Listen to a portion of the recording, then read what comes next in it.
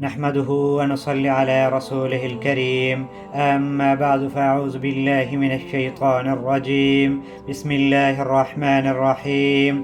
نبی کریم صلی اللہ علیہ وسلم نے فرمایا، جو مجھ پر جھوٹ باندھے گا وہ جہنم میں داخل ہوگا۔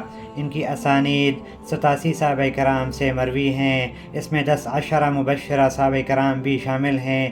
نبی کریم صلی اللہ علیہ وسلم پر جھوٹ باندھنے کا مطلب یہ ہے کہ جو بات آپ نبی صلی اللہ علیہ وسلم سے منسوب کر رہے ہیں اسے آپ دین کا حصہ بنا رہے ہیں، یہ ایک گھٹیا اور حرام عمل ہے۔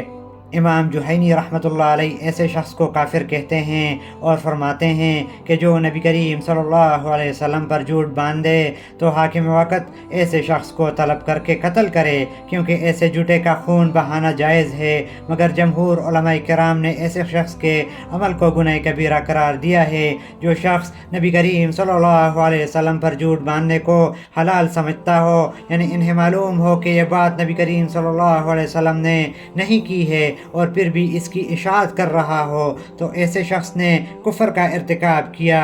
آج کل سوشل میڈیا بھرا پڑا ہے، اگر لوگوں کو بتا بھی دو کہ حدیث نہیں، لیکن پھر بھی لوگ آنکھیں بند کر کے غلط چیزوں کی پرچار کرتے ہیں۔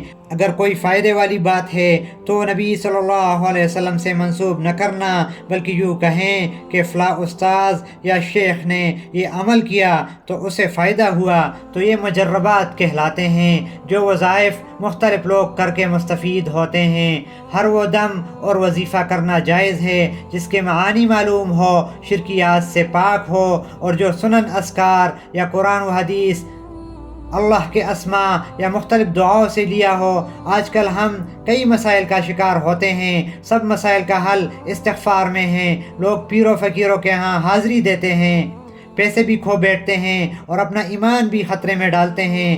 اللہ نے جتنے مسائل بھیجے ہیں ان کے لیے حل بھی بتا دیا ہے۔ کچھ لوگ نماز ہی نہیں پڑھتے اور صرف وظائف کرتے ہیں جو وقتی فائدہ تو شاید دے، مگر نماز نہ پڑھنا گناہ کبیرہ ہے۔ اللہ معاف کرے، ایسے بے نمازی بھی اللہ سے گلے شکوے کرتے ہیں۔ شرم آنی چاہیے، نماز پڑھتے نہیں اور گلے شکوے ہزاروں۔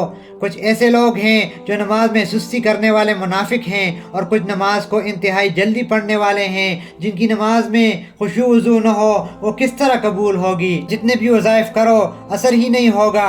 جن کی نماز صحیح ہو گئی ان کے سب مسائل حل ہوں گے۔ غم بیماریاں تو آئے گی، مگر اس کو دیکھ کر گھبرانے کی بات نہیں، کیونکہ جب رب میرا تو سب میرا۔ اگر ہم اللہ کی مان کے چلیں گے تو ہمارے مسائل ہمیں پریشان نہیں کریں گے۔ سب مسائل کا حل استغفار میں ہے۔ شیخ عبد الرحمن مکہ میں استغفار کے فوائد پر لیکچر دے رہے تھے، تو لیکچر کے بعد ایک طالب علم شیخ سے ملے اور فرمایا، شیخ آپ کی باتیں بالکل درست ہیں، استغفار کی بہت برکتیں ہیں۔ شیخ نے پوچھا کتنی بار استغفار کرتے ہو؟ تو اس نے فرمایا کہ میں روزانہ 30,000 بار استغفار کرتا ہوں۔ مسائل آتے ہوئے دیکھتا ہوں، مگر دیکھتے ہی دیکھتے اللہ حل فرماتا ہے، کبھی بھی پریشانی کا سامنا نہیں ہوا۔ استغفار کرنے والے کے مسائل حل ہوں گے، روزی غیب سے ملے گی، اللہ اولاد سے بھی نوازے گا۔ کچھ لوگ کہیں گے ابھی تو شادی نہیں کی تو یہ کیسے ممکن ہے؟ تو بھائی اللہ شادی کا انتظام بھی فرمائے گا، بچے بھی دے گا، گناہ بھی مٹھائے گا۔ اس لیے کہتا ہوں کہ جب آپ نے صبح کالج، یونیورسٹی یا کام کے لیے پیدل یا گاڑی میں جانا ہو تو 10-15 منٹ میں 1 سے 2,000 استغفار پڑھ سکتے ہیں۔ اگر لمبا چوڑا استغفار نہیں پڑھ سکتے تو صرف استغفر اللہ پڑھا کرے، یہ بھی کافی ہے۔ اپنی زبانوں کو استغفار اور درود سے تر رکھے۔ جو اللہ کا ذکر کرتے ہیں ان کے ساتھ اللہ ہوتا ہے، جن کے ساتھ اللہ ہو بھلا ان کو کیا غم۔